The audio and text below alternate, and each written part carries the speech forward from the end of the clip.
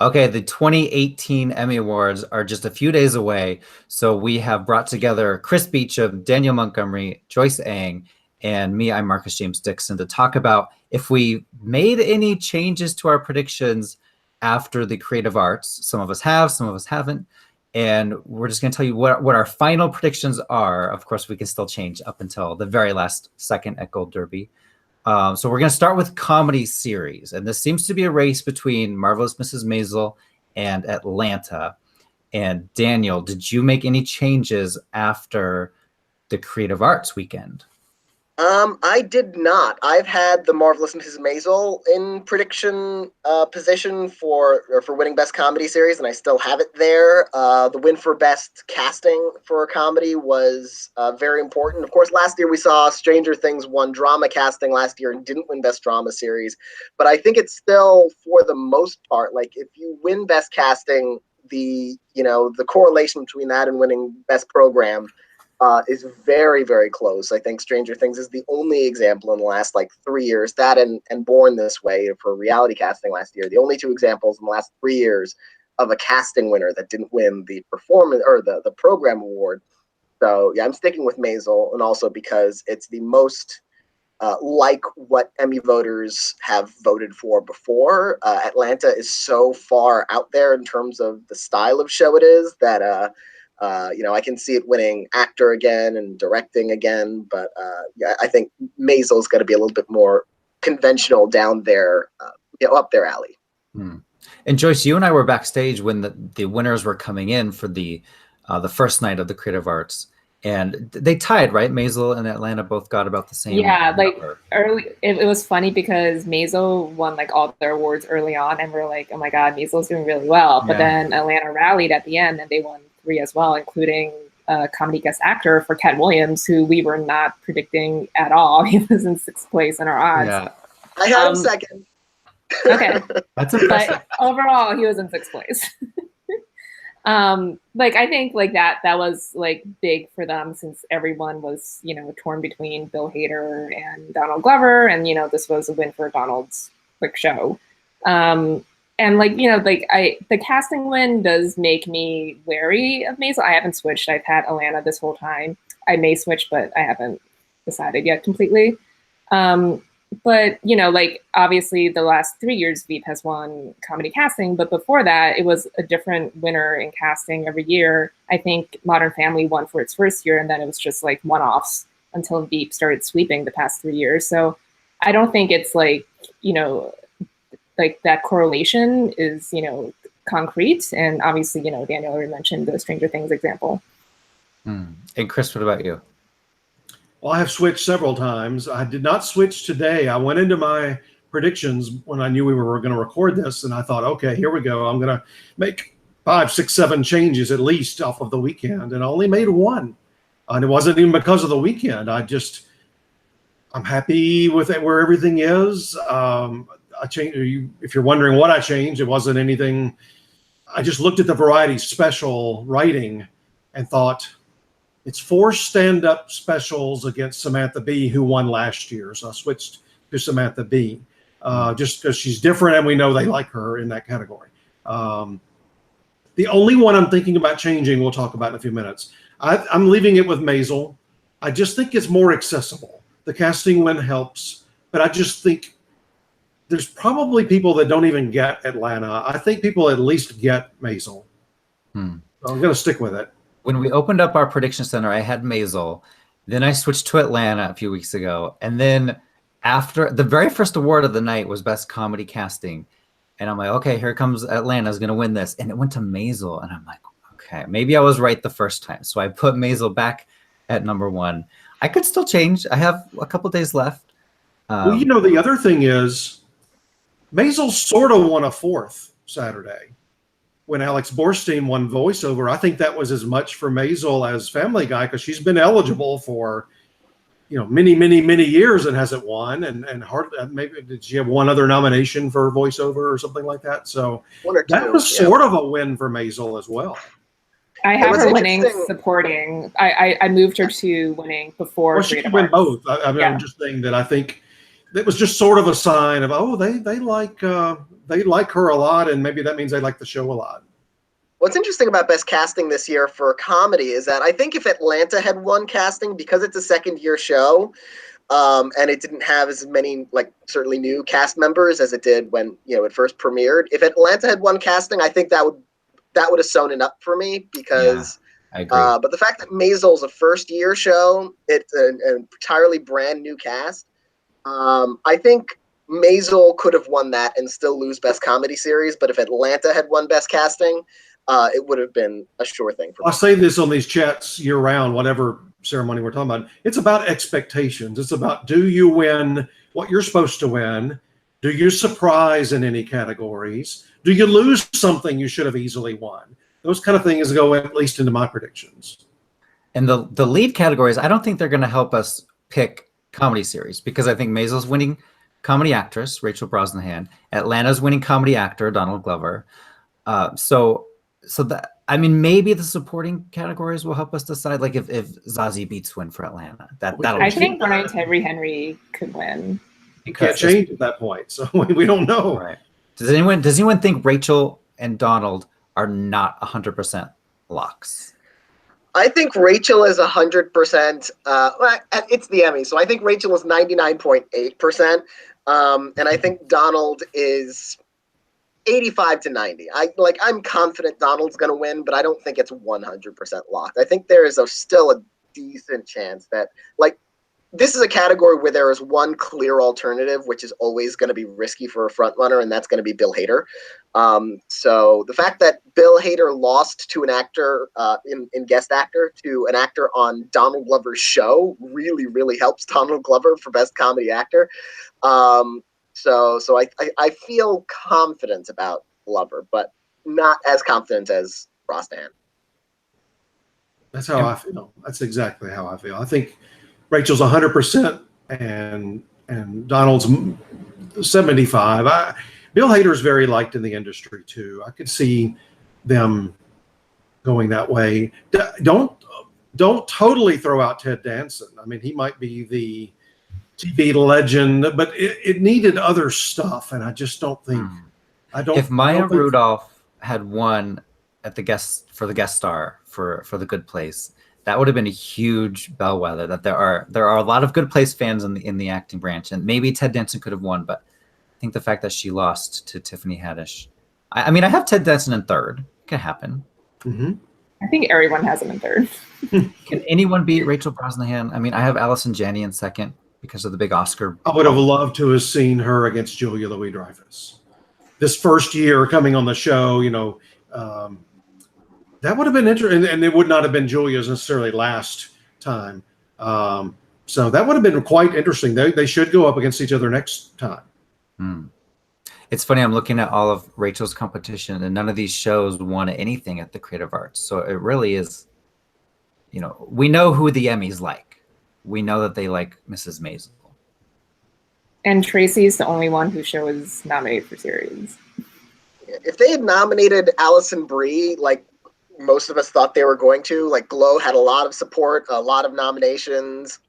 Maybe she'd be the alternative, but even then it would be kind of not a weak alternative, but in the sense that, I mean, Brosnahan is so far out front. She would have needed a competition like Bill Hader for Barry, where it's like someone whose show drastically overperformed in nominations, was nominated everywhere. If Issa Rae, for instance, if Insecure had gotten 10 other nominations and she was nominated for writing and producing it, maybe her. But again, there doesn't seem to be a lot of support behind any of these other nominees' shows, even for them to even come close. Well, any last comments in comedy before we move on to drama? The drama race before Creative Arts, I thought it was Game of Thrones versus Handmaid's Tale. But now The Crown won way more than it should have. It way overperformed, including best casting for a drama series. I don't think anyone saw that coming. So now it really is a three-way race. Any of those shows could win. Plus The Americans is going out, went out with a bang. And so I think some experts are going out on a limb picking The Americans to win. So is it really a 4-show race? I'm the biggest fan of The Americans You'll Find. I just don't see it. I don't think there's enough support for it overall for it to win drama series. I'm predicting it for actor. We'll talk about in a minute. And it's got a shot for writing certainly. But I think that's where it would probably stop. Yeah, it wasn't even up for anything at Creative Arts. Like it just has these 4 nominations at the big show. I would say the casting win for The Crown puts it in the conversation. I still think I think that's going to be one of those Stranger Things kinds of anomalies for casting. Just because I still really think this is going to be between The Handmaid's Tale and Game of Thrones. Game of Thrones, if Handmaid's Tale had been completely disappointed this weekend, I would discount it maybe and put Game of Thrones up top. But Handmaid's Tale won just as many awards at this year's Creative Arts Awards as it won at last year's Creative Arts Awards, and that's 3. It won Guest Actress for Samira Wiley. The show has never lost an acting award up to this point, and it's got 3 more chances on Monday night for acting awards. Given the strength in that branch in particular, and the fact that Game of Thrones didn't win casting, if one of or the other had won casting, I'd probably be switching to that. I'm sticking with The Handmaid's Tale here. And Chris? I have not changed since the day of nominations on this one. I've had Handmaids. I think it's in the wind. It aired in the spring and summer and right up to nominations. Game of Thrones was last summer, and I don't care how many Game of Thrones won last week. It's always going to beat everything else on sheer numbers of wins at Creative Arts. And I think it's a really tight race, but I don't count any of the others in there. I'm not going down that road we went down last year with a Netflix show winning casting. I'm just not doing it. Yeah. So really, we're predicting best drama casting to be wrong 2 years in a row, which is unusual. I think they usually whatever usually wins casting also wins drama series. So we're in this the last few years, and it's because I believe the casting awards are, I think producers vote for that and directors and casting directors. So the cross section of people who vote for casting is such that it does show you potential consensus across multiple branches of the Academy that could vote for best drama series. But The Crown, it's not like concrete. Like I think Game of Thrones won casting the years they won drama series, but it's also like those years it was just like open range for Game of Thrones because like Breaking Bad was gone, but Breaking Bad didn't win casting its last year. True Detective did, So it's not like that parallel is not as great as we think it is sometimes. And I think House of Cards won for its first season too. So I feel like it's more, I think I haven't crunched numbers, but I feel like it's more like 50-50 than like 75. Which side of that are you on? I don't think we heard that. Well, you got to be like 51-49. Like I have Handmaids winning. Like I'm like I agree. I think The Crown is like a Stranger Things casting win. And I've had Handmaids since the beginning of the season. Like I don't, and like you, like I'm not like scared by Game of Thrones Creative Arts wins because it's always going to win those tech awards. So. To be fair about Game of Thrones, it didn't used to like the first couple of years of Game of Thrones, like the first year of Game of Thrones, still technically a fantastic show, and it only won like 2 awards overall. So it's really only in the last 2 with the new 3 years, under the new system that I think that's why casting. I think casting has the voting has changed. So like before the last 3 years, it was a slightly different system for those, which is why they've suddenly started to line up a little bit more closely. So I do think it might be more of a 75 than a 50-50 situation. But I'd have to ask someone like Riley about the specifics about that. So I don't think we could always say, oh, Game of Thrones is always going to win tech because it always wins tech, because it didn't always used to. Marcus, did you say what you were choosing there? Me? Yeah. I've had Handmaids in there for the entire time that our prediction center has been up. I've had Handmaids, except for about 10 minutes after the Creative Arts, I switched to Game of Thrones, and then I thought about it and I said, no, I'm going to go back to Handmaids. So none of us had Handmaids last year, right? We all switched to Stranger Things. No. We did. I didn't have it. I had Stranger Things from the beginning, and when it won casting last year, I'm like, yes, I was right. No, it wasn't. And now it might be in 6th or 7th. The only thing Joyce said just now that makes me waver just a tiny bit, I don't think The Crown was really in the mix to win last year. We were all talking Handmaids, Stranger Things, something else. I can't think of what it was. Because it was 5 new shows and a couple of returning. Westworld, to actually win. I think it was down to Stranger Things and Handmaid's Tale. And, The Crown, I think more people will vote for it this year on series. It's somewhat of a more female-centric show than it is a male-centric show, which Handmaids is as well. Could they split a little bit? And Game of Thrones is definitely more of a male. I know it's got a couple of big-name female stars, but it's definitely more for, if you look at the audience breakdown, it's definitely more of a male audience type of show. Could Crown take away a few votes from Handmaids? More than it takes away from Game of Thrones. One thing that was kind of shocking to me at the Creative Arts was Game of Thrones and Handmaid's Tale went head-to-head in this costume category. And I thought Handmaids was a lock to win that. I don't think Handmaids was sci-fi, and Crown is period.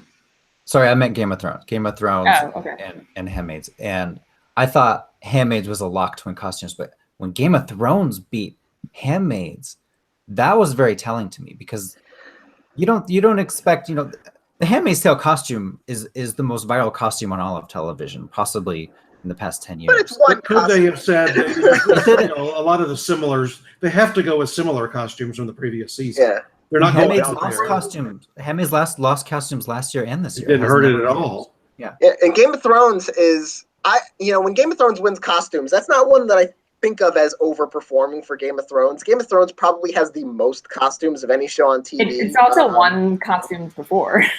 Yeah. And it has costumes for so many different areas. Like, you've got the characters up north in their big woolen, suits, and then everyone in King's Landing and everyone in the desert. There's so many different styles on Game of Thrones that I tend to think of it as usually an overdog in costumes as opposed to an underdog. And last season also had Daenerys' white jacket that everyone was freaking out about. I wonder if that's. I think it won for the episode Beyond the Wall, which I think was a lot of wool. And I think they said they got all of that from IKEA rugs. Well, let's talk about drama actress. This is again Handmaid's Tale versus The Crown. Is it Elizabeth Moss winning again, or is it Claire Foy winning for her final season on the show? Well, for months I thought this was and I won't say who I've got in 6th, but I guess people can look it up. Really a 5-person race to me over the summer, up until maybe August hit. And because each one has passionate fans, Kerry Russell has passionate fans, Claire Foy does, Sandra Oh does. After the way Handmaids performed over the weekend, and quite honestly, after the way it performed and Elizabeth Moss crushed the other ladies in our own awards, I know there's not one person probably that voted in our awards that votes in the Emmys, but we have the same structure. And it is a mass vote here. It's a mass vote there. It's a one vote only, no ranking. So just the fact that Elizabeth Moss could claim our victory, to me, against some really passionate fan bases, and they weren't even really all that close. I think she's got it again. Yeah, I don't think there's one obvious alternative. It's not a Hader Glover situation. Sometimes I'm I'll put Kerry Russell in second, and no, but Claire Foy won 2 SAGs, and it's her last season too, and Sandra Oh could be the first actress of Asian descent to win. So I think it's the other nominees could just split the vote between them, even though they're all on different shows, and it'll just give her another easy win. Yeah, there's no anti-Moss vote here, like a clear, like, I'm not voting for Moss, therefore I go to. It's like some of those, as you know, you and Chris have been saying, some of them are going to go to Claire Foy, some of them are going to go to Clary Russell, both their last chance for these particular roles. You know, some are going to go to Sandra Oh. I mean, Tatiana Maslany won the last time she was nominated, so some of them could go to And her. it's her last season. It's her final time too. So it's you know, there's no clear alternative to go to. Although, and even though they don't have any of the same voters, I do think that casting win for The Crown makes me think that probably Claire Foy is the closest contender to just not many years ago. Joyce might know exactly, either 2 years ago or 3 years ago. The acting awards now, they're only voted on by acting branch members, but they also added in casting directors to vote on acting. So that you might be right, Daniel. I had Claire Foy winning up until the Gold Derby Awards, actually. And when she just dominated with our voters, that's when I switched to her. And I do feel like she's going to win. I mean, it was Chris that brought up the fact, or maybe Daniel, I forget. You look so similar. That Handmaid's Tale, every acting category it's ever been in, it has won. So, I mean, you can't really go against that. Although I am with Joseph Fiennes, I'm not predicting him to win. But on the ladies, female acting category. Yeah. I just don't see that. I don't think that would. The next category we're about to talk about would be the only category out of the, how many is it, 26, that I might consider changing before the end of the week, unless one of you talks me out of something. But well, who do you have, and who would you consider for drama actor changing to? Well, I've had Matthew Rhys for a while. I had Sterling Brown, I think, for most of July. I think it's one or the other. Usually, if you're not sure, you go with a repeat, just because they love repeats more than any group alive. But I don't know. And I don't know where the Ron Cephas Jones winning last week, if that helps. This is why I'm totally confused now. Yeah. I don't know if that helps. I actually think Ron's win helps Milo more than Sterling, because they could have easily just given it to Gerald McCraney again.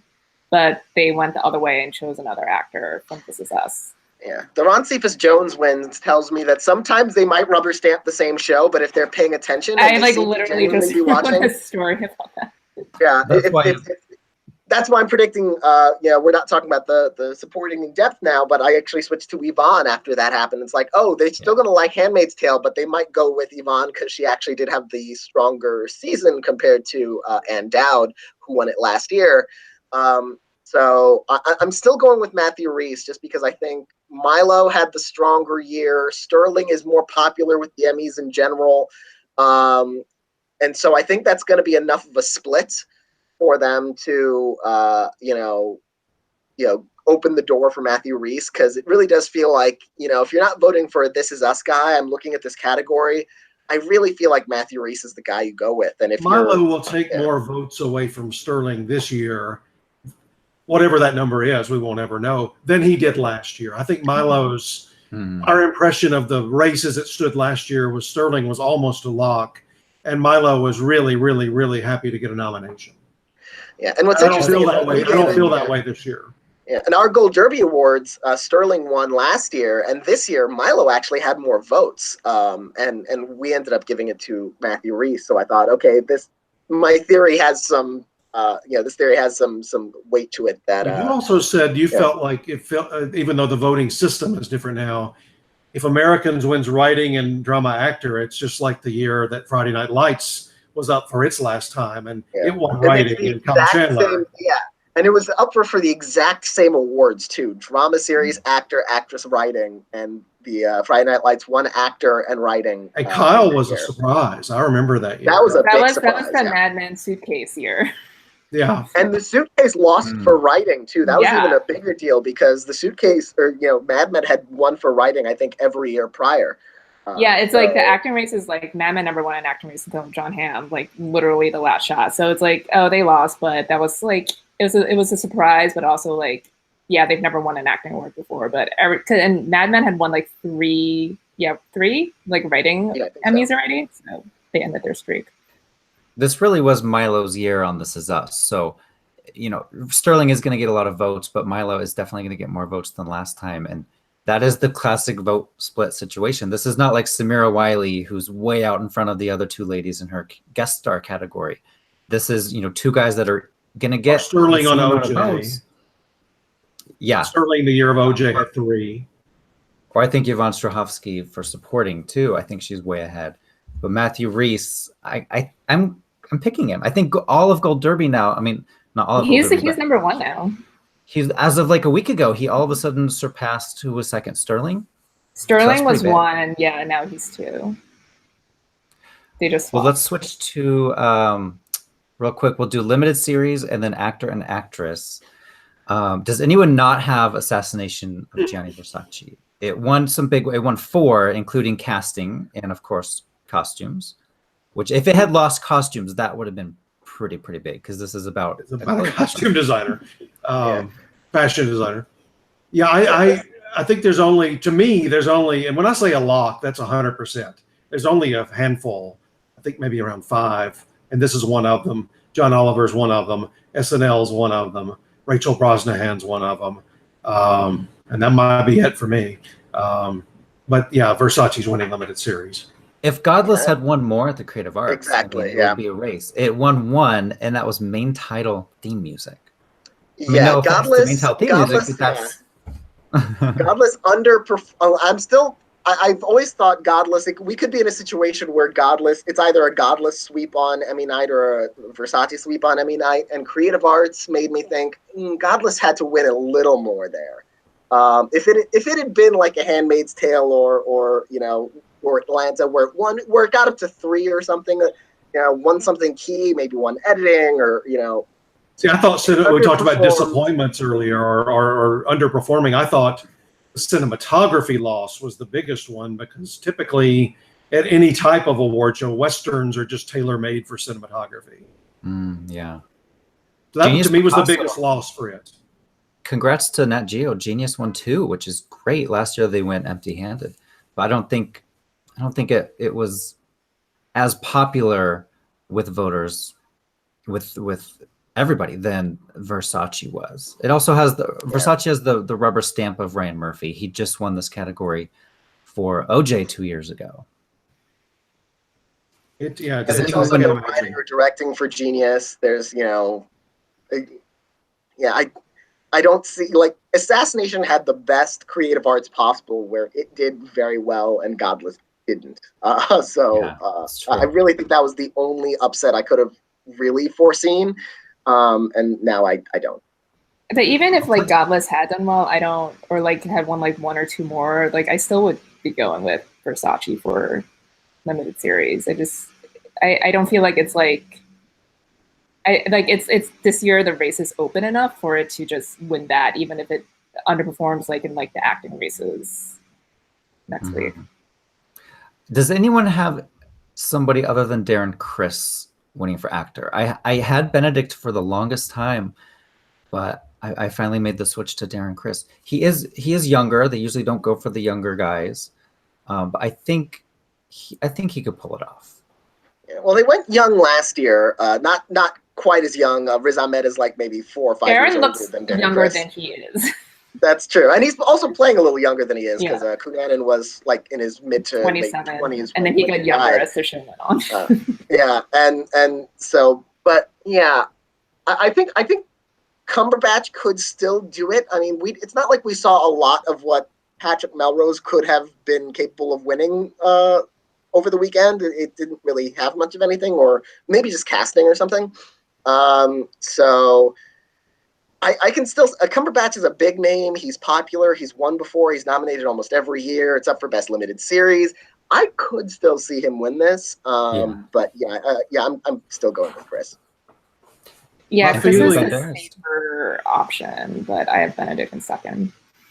My feeling all along the way, this is going to be one where I just have to miss it if I miss it. I have felt from day one, maybe even back in June, that Benedict was going to win this.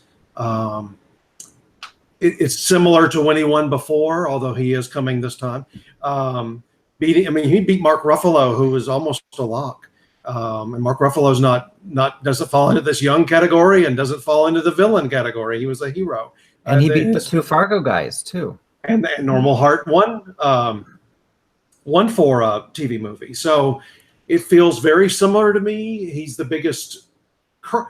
Several of these guys are having good movie careers in general, but not as big in the moment as Benedict. And I just feel like, to me, the limited series nomination puts me over the top, because I don't think a lot of people are predicting it to get into limited series. I'll tell you who to watch out for, though. Actually, two of them. Antonio Banderas has the physical transformation, which they love. But John Legend, I mean, Jesus Christ Superstar, way overperformed. He's in sixth.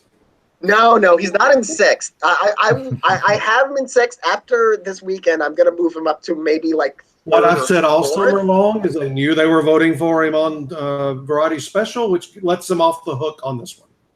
It's possible. Well, I think he's ahead of Jeff Daniels, because they didn't like The Looming Tower, and if they want to vote for him, they could do so for Godless. And I really don't know if they care that much about Picasso, really.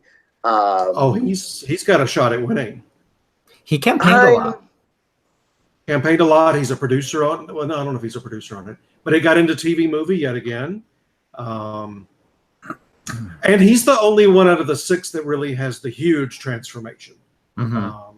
And they love transformations. It's one of the biggest transformations of all acting categories this year. I mean, this is the John Lithgow of the year, basically. And then by the end of the season, he's playing him at two different ages. It's a tough one. Yeah, I'm just really tough. In tough categories like this, I'm going to go with the program, victor, which is probably going to be Versace. And he's also the front runner at Gold Derby. So I always rely on you guys, you experts and users, to help me make my predictions in close categories like this. Oh, I think 3 out of the 6 could win, the 3 we just discussed the most. And honestly, I mean, sometimes there's a category I'm like, oh, I hope so-and-so doesn't win. They've already got a bunch, or I didn't like that show. Well, because I always talk to you about it. But here, there's nobody in the group I would be upset with. I mean, they're all solid people, beyond acting. They're just good. It's a good group of people. I love Jeff Daniels, but I would prefer that he didn't win. Well, we're not talking supporting today, but here's another one where I think, okay, they're going to vote for him in supporting. I have no doubt about that. And that lets them off the hook and lead. Yeah. I don't want him to win too. You can put John Legend in 5th. And the last category we will talk about today is the actress in a movie mini, which I have a funny story. A source told me that Jessica Lange thinks if she was up this year for Feud, if Feud came out this year, she thinks she would win. So, and I agree. I mean, this category is kind of, I wouldn't say weak. It's just there's no overwhelming. I mean, compared to last year with Oscar winners and nominees and Carrie Coon. Yeah. I think if these 6 women were eligible last year, I think maybe one of them would have gotten in, even for a nomination. And it would have been like 8th place. Well, and there's no Versace person here. It's funny how these limited series always have 3 out of the 4 covered. You'd think they'd want to at least make some kind of scripting process that gives them 4 opportunities. It's probably been. They could have increased. Penelope Cruz's role could have been a lot bigger, and she could have gone into actress. But I've got Laura Dern. I think it's not a lot, but I think it's got everything you would want. Especially in the Me Too era, and we know they like her from last year on Big Little Lies, and in some ways it'll be that sort of a repeat win, like we talk about, because she would win 2 years in a row, although different projects and different categories. I just can't see the other 5. If Jessica Biel was really going to win this, I think the Sinner would have gotten in the limited series. Yeah, I've got Dockery still. The Tale underperformed generally. They really liked Laura Dern last year, but that was the first time they liked her enough to give her an Emmy. She's not like one of those automatic name checks for them, and they didn't nominate her for Twin Peaks, so she wasn't an automatic name check there. Well, they just didn't like Twin Peaks. True, but you'd think someone like Jessica or for Laura Dern would they like her enough that they see her on a ballot. It's like, oh, I hear she was good in that. That would be kind of the thing where they I think they did that with some of the women in this category, where they probably didn't. I'm guessing not a lot of voters actually watch Menendez. For instance, or 7 Seconds was really under the radar, but they love Regina King. But that's we know the they weird thing about Godless. this category. It could be one of those where there's going to be something over the course of that 3 hours that we just go, what? And this category's got some real Emmy favorites in it, regardless of the project. Edie Falco, you just mentioned, and Regina King, and Sarah Paulson. So, yeah, I mean, it could just go to the person they like the most. Yeah. But I've got Dockery still because it's the show in this category that the acting branch liked the most. They nominated 2 supporting actors from it. None of these other programs have that many acting nominations. American Horror Story Cult also got in for supporting actress for Adina Porter. But I don't think Sarah Paulson is going to win this.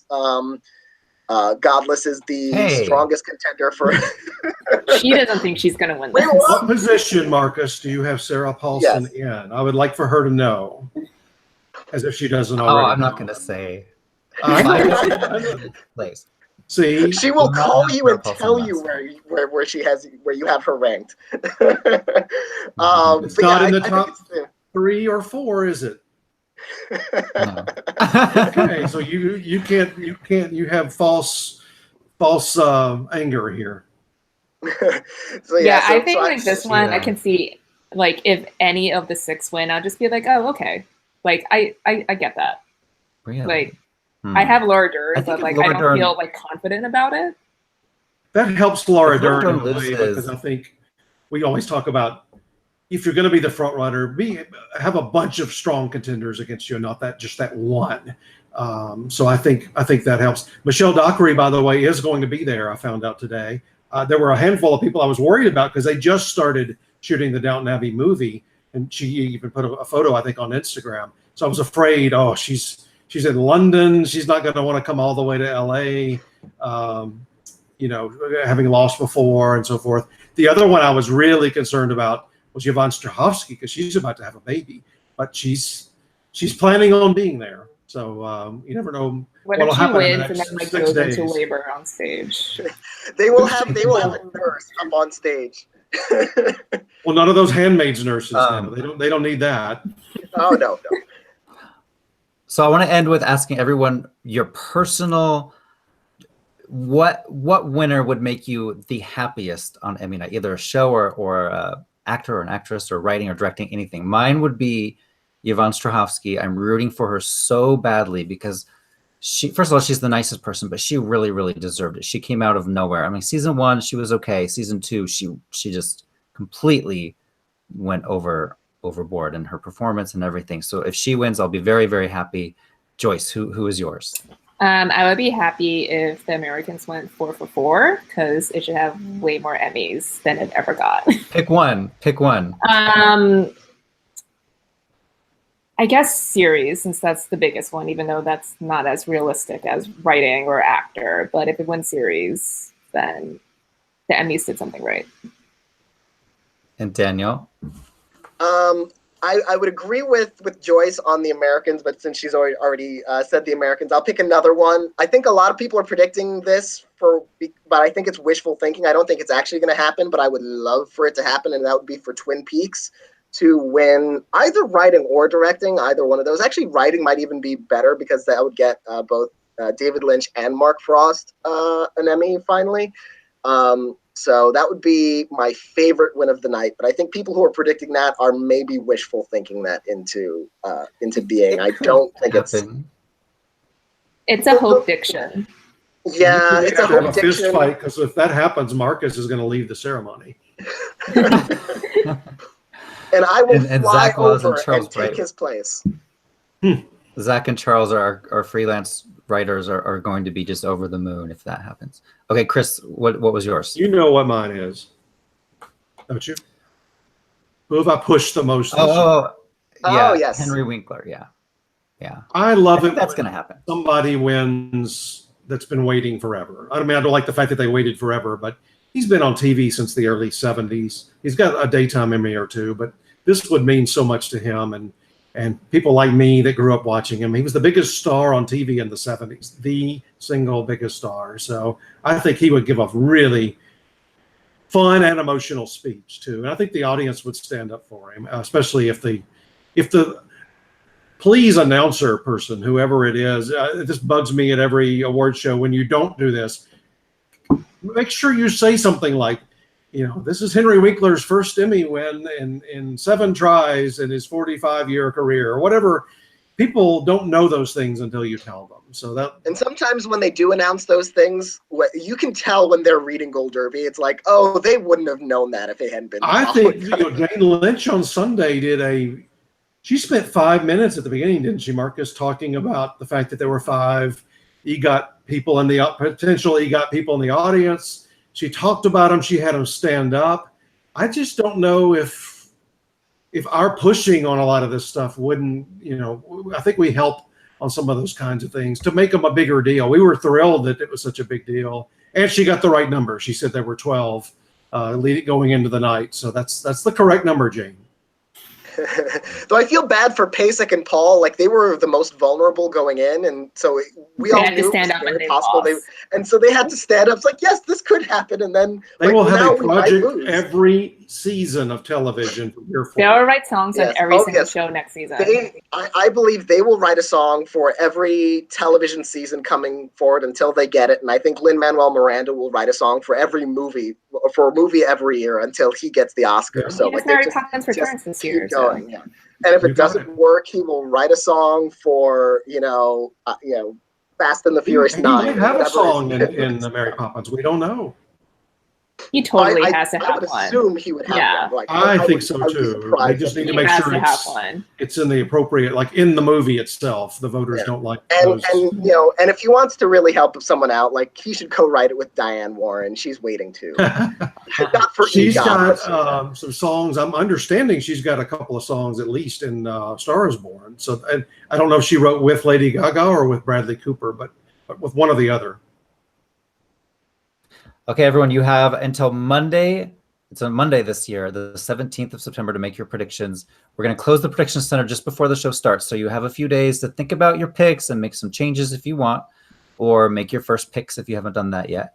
So we will see you then. Thanks and Chris, tell us about what are we doing that day? We're going to have a bunch of our contributors doing like a live thing before. Oh yeah, live shows, pre-show and post-show, 2 hours and then 1 hour. Joyce and I'll be on the red carpet. We'll get a lot of interviews, we hope.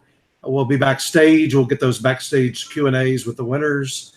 Marcus, for the first time ever, gets to go to the ceremony this year. So hopefully that'll be fun. You won't have to stand in the sun like we all had to do this weekend. We are